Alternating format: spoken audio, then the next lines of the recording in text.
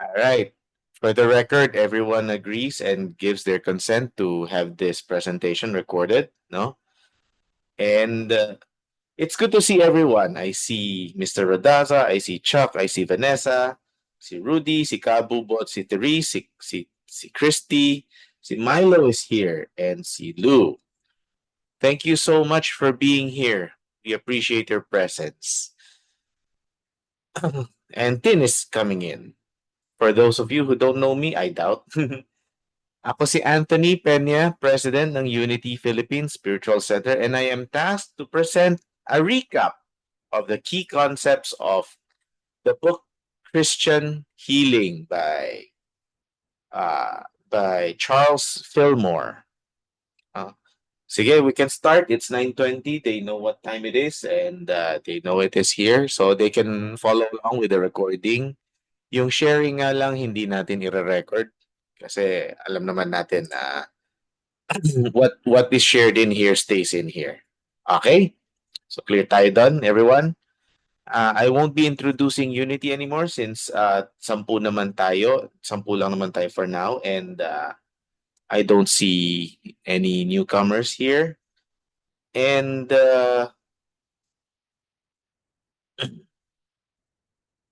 sabi nga, when 2 or 3 are gathered together, di ba? He is here or I am here or kung sino man ang nandito, di ba? So let's start. Let's begin. Christian healing, the science of being, no? Exploring spiritual healing for personal growth. Very quick lang to, very short lang to. Nire-recap lang natin yung several weeks of Unity sessions, no? Few weeks. Okay. Nakikita naman yung slides ko, no? Yes po. Okay. The true character of being, being's perfect idea, manifestation, the formative power of thought, will and understanding, judgment and justice, love, faith, imagination.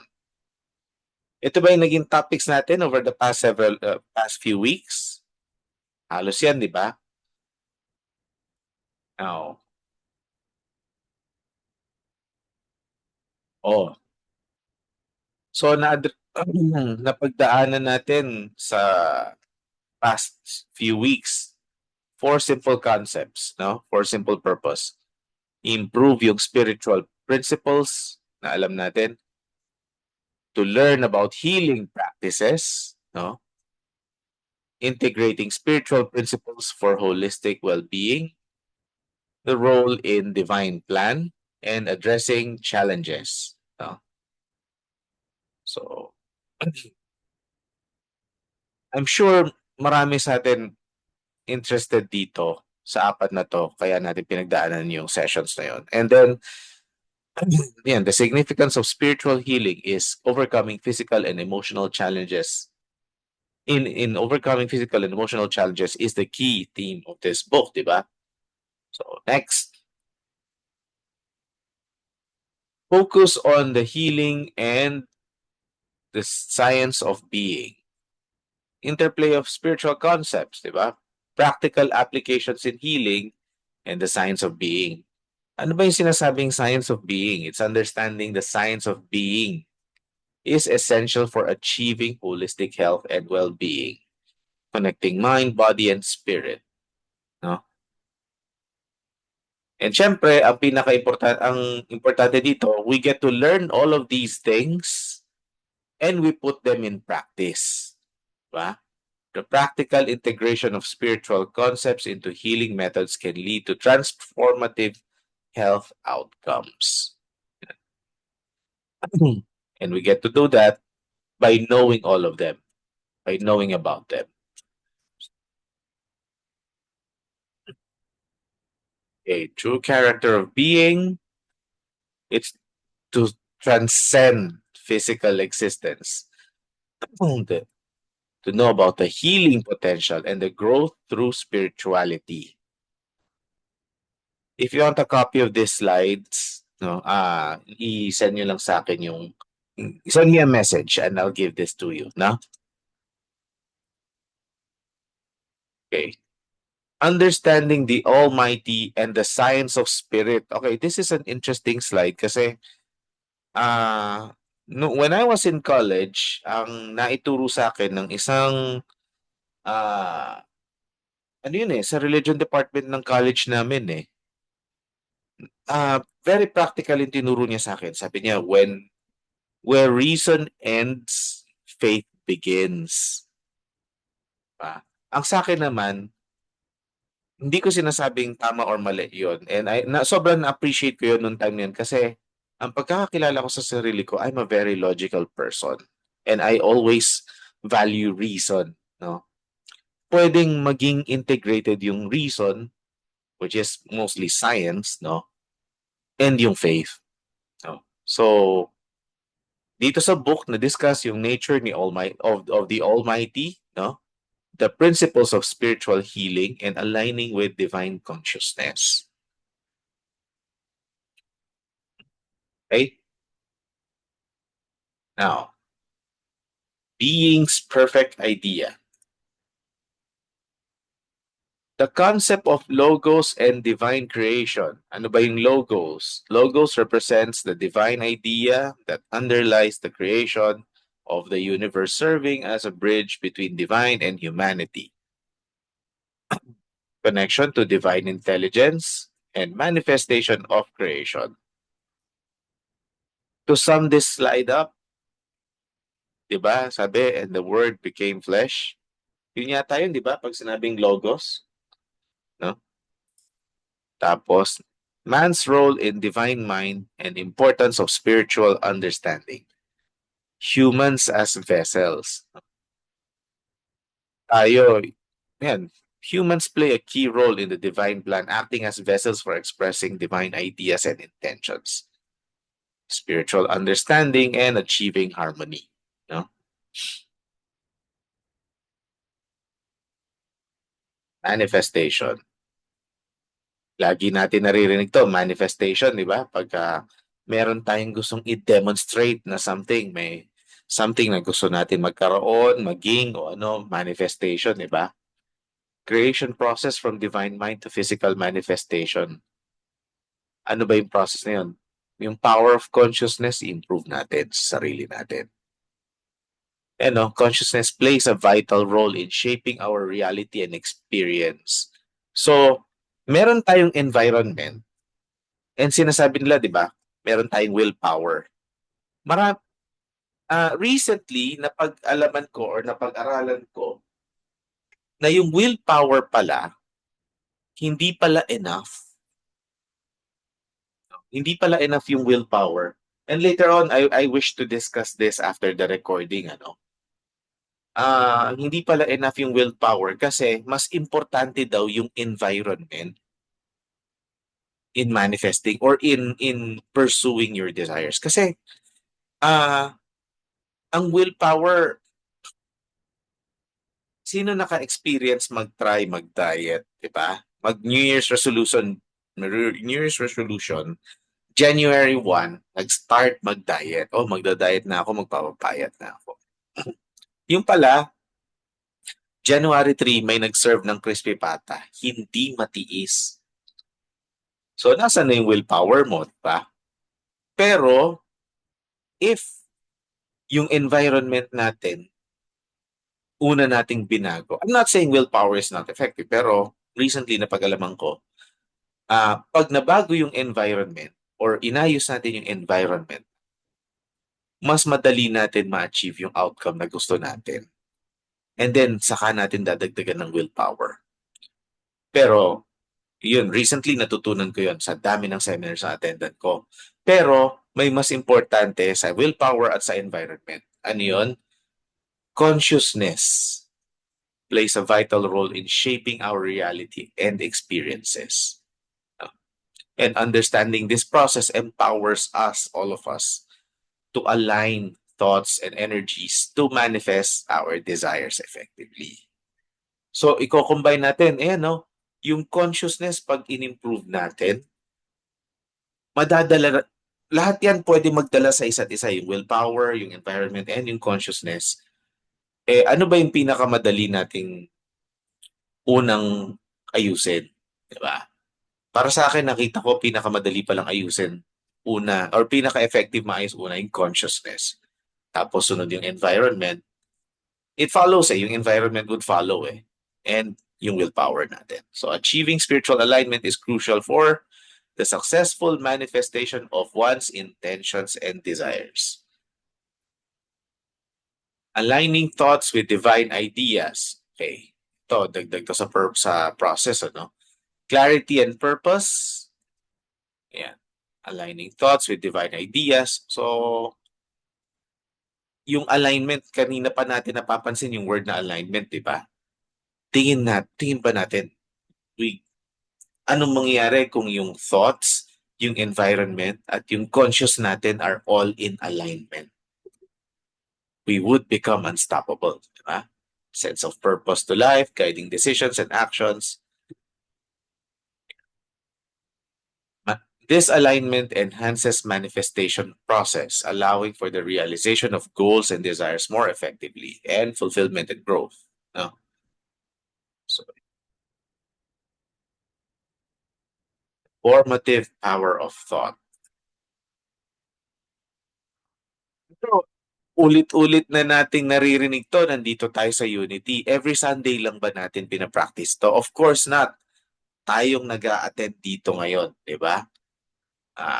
Everyday life na natin to, no? Power of thought, ano, our thoughts influence our reality and physical health. So, demonstrating the mind's powerful role in our well-being. Transforming reality. So, thoughts affect our reality and harnessing positive thought. Sino dito sa atin ang nasa hindi magandang situation? Kung alam natin na hindi magandang situation natin, bakit pa natin dadagdagan ng hindi magandang thought, di ba? So, it's best we harness the power of positive thought.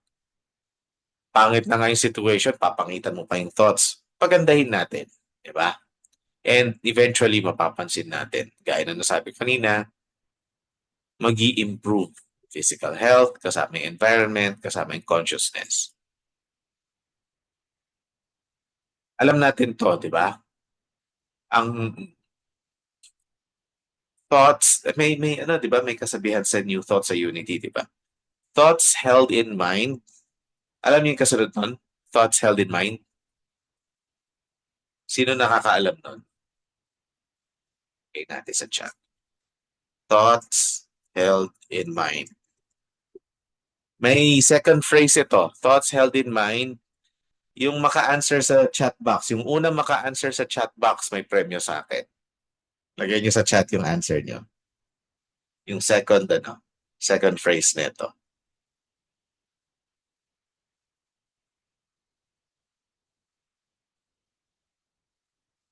Thoughts held in mind. This is a famous saying. Pero baka dito sa Philippine setting, sa Unity Philippines. Ayun, si Kabubot. Ayun, sumagot. Kabubot, may premyo ka sa akin. Mamaya, kwento ko sa'yo, ha? Thoughts held in mind produce after their kind. Galing, galing. Congratulations, salamat. Surprise ko yun sa'yo mamaya. Thoughts held in mind produce after their kind. So, if our thoughts that we hold in our mind produce after their kind, no? Anong gusto mong ma-produce? Magme-maintain ka pa ba ng negative thoughts? Kung meron man negative thoughts, sige, i-entertain natin at padaanin natin. After natin padaanin yung negative thoughts, be sure to always consciously think of positive thoughts. Always. After a negative thought comes, palipasin, positive. Para produce held in mind. Para yung negative thought, dumaan man sa atin, we do not hold on to it. Kasi thoughts held in mind produce after their kind. If we do not hold on to that negative thought, yung positive yung hinold natin, yun yung mapoproduce natin. Ayos ba? So, healing power of positive thoughts, negative thought, and dis-ease, di ba? And cultivating a constructive mindset. Developing a positive mindset is essential for maintaining good health and overcoming challenges. Hindi sinabi dito na hindi papasok ang negative thoughts sa atin.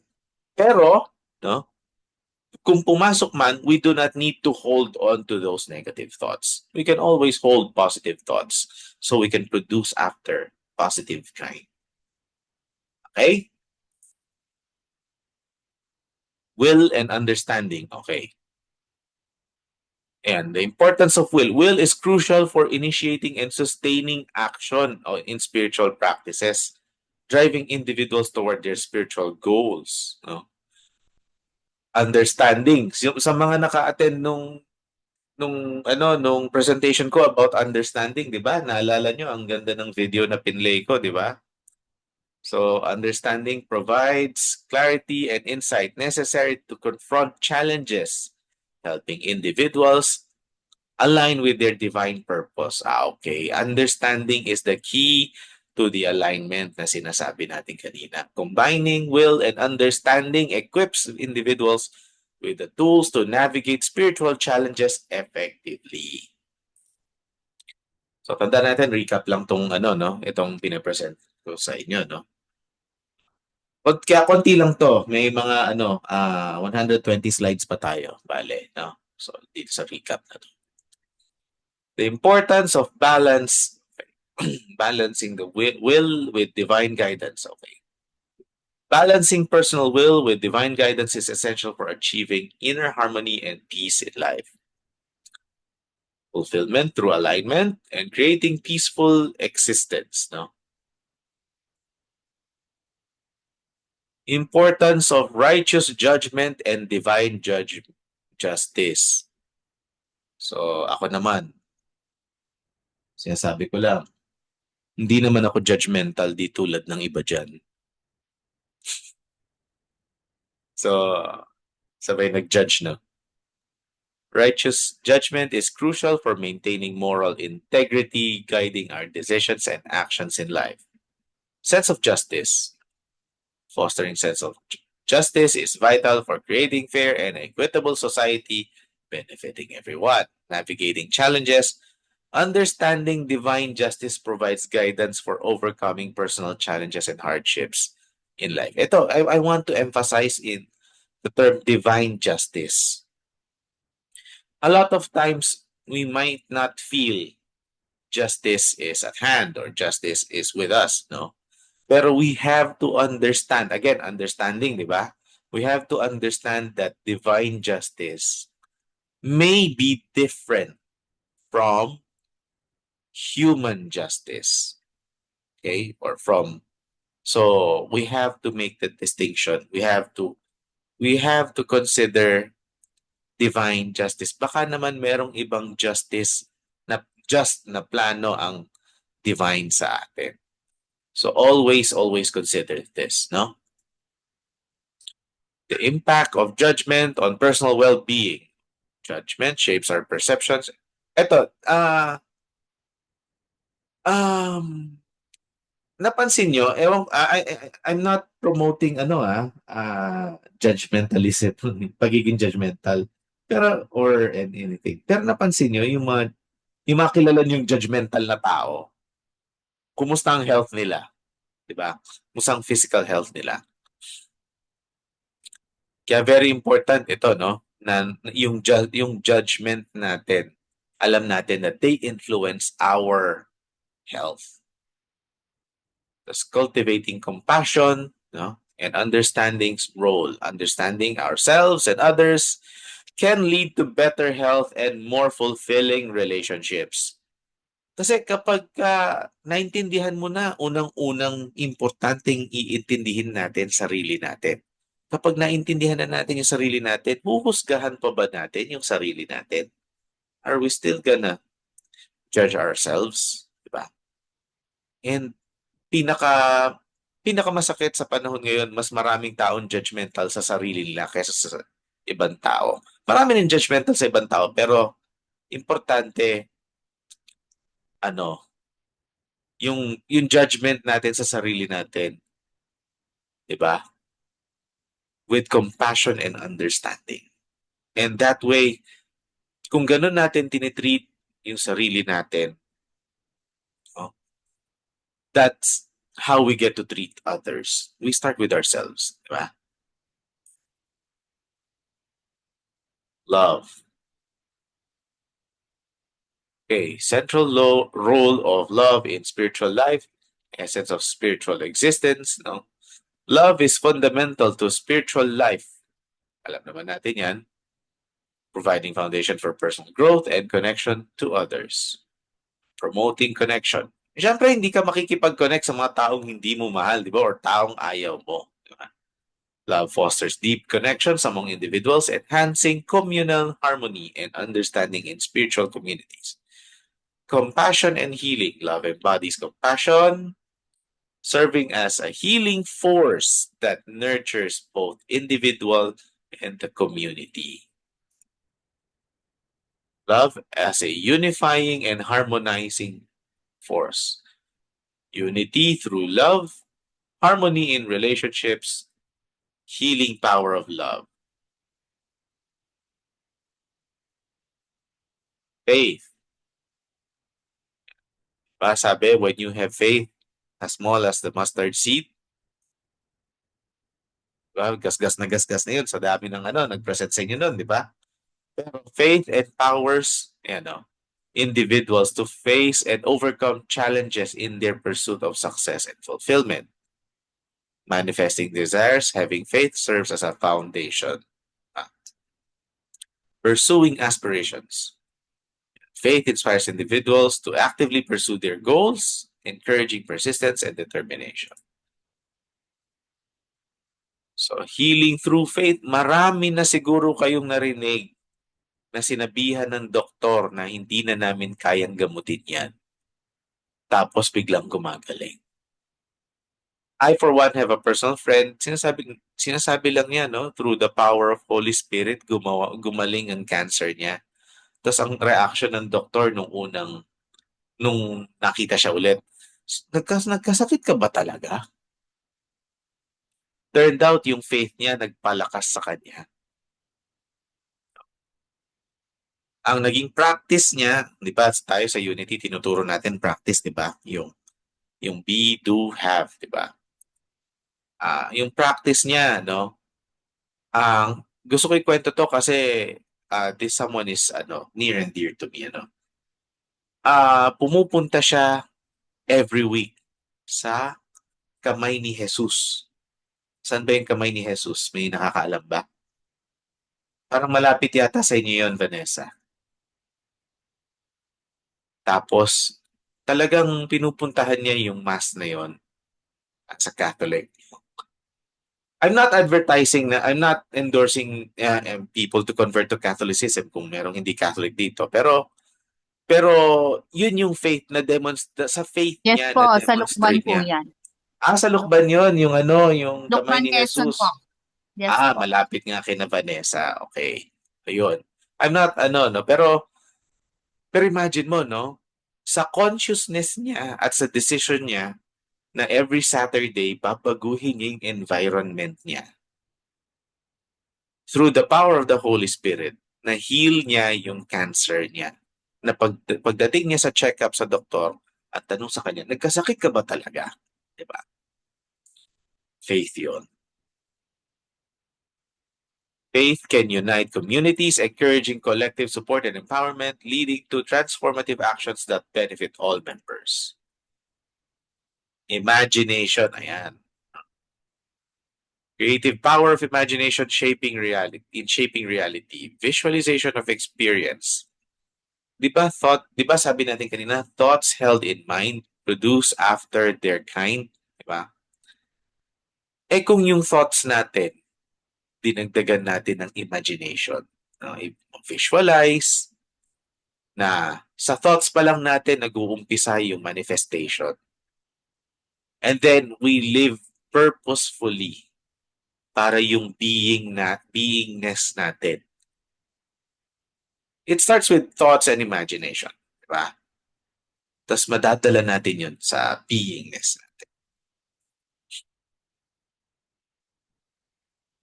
So, kanina napag-usapan natin yung who, yung being, ito naman yung having, and then be, ito naman yung doing, no?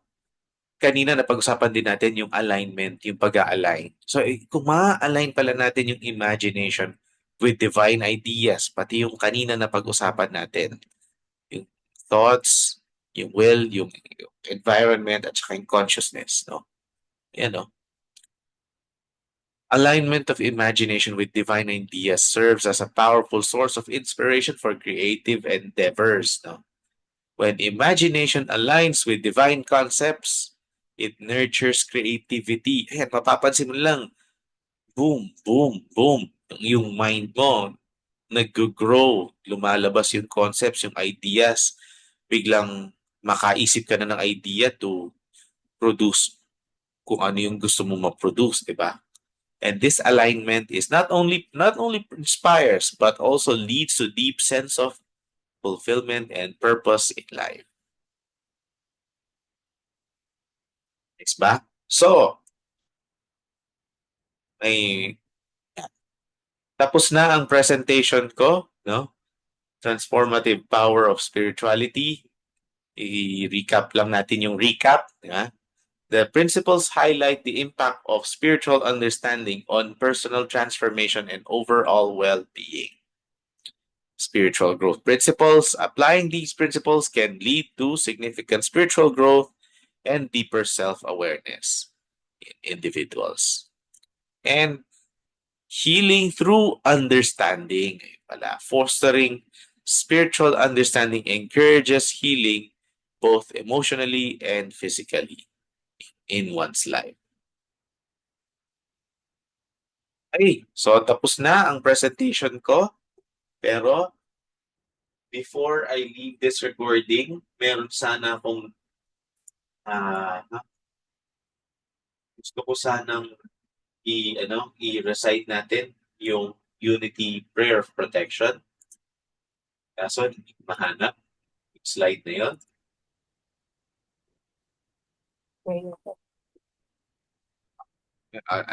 Memorize naman natin, di ba? Yes po. So everybody, mahingi ko sana mag-unmute tayo for the record. No?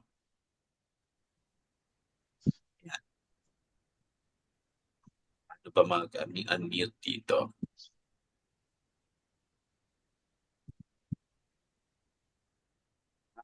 Okay. Everybody, sabayan natin. The Unity Prayer of Protection. The light of God surrounds us. The light of God surrounds us. We are the light of We are God. the light of We are God. the light of God. The love of The God love of enfolds God us. enfolds us. The love of God enfolds us. We are the love of We are God. the love of God. The The power love of The God power God of God protects us. protects.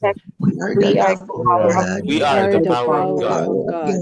Protects us. We are the power of God. The presence of God watches The presence over of God us. watches The over presence us. of God watches The over We us. are the We presence of God. We are the presence of God. Wherever Wherever we we are, are, God our is. God God is is. God And is. where God And wherever is, God is, all Wherever is God well. all is well. Thank you, God. Thank you, God. Thank you, God. Thank you, God. Thank you, God. Okay. Thank you, God. So that wraps up ang presentation. Salamat po sa pakikinig. Stop ko na yung recording. It's time to share. Nasaan ang stop ng recording nito?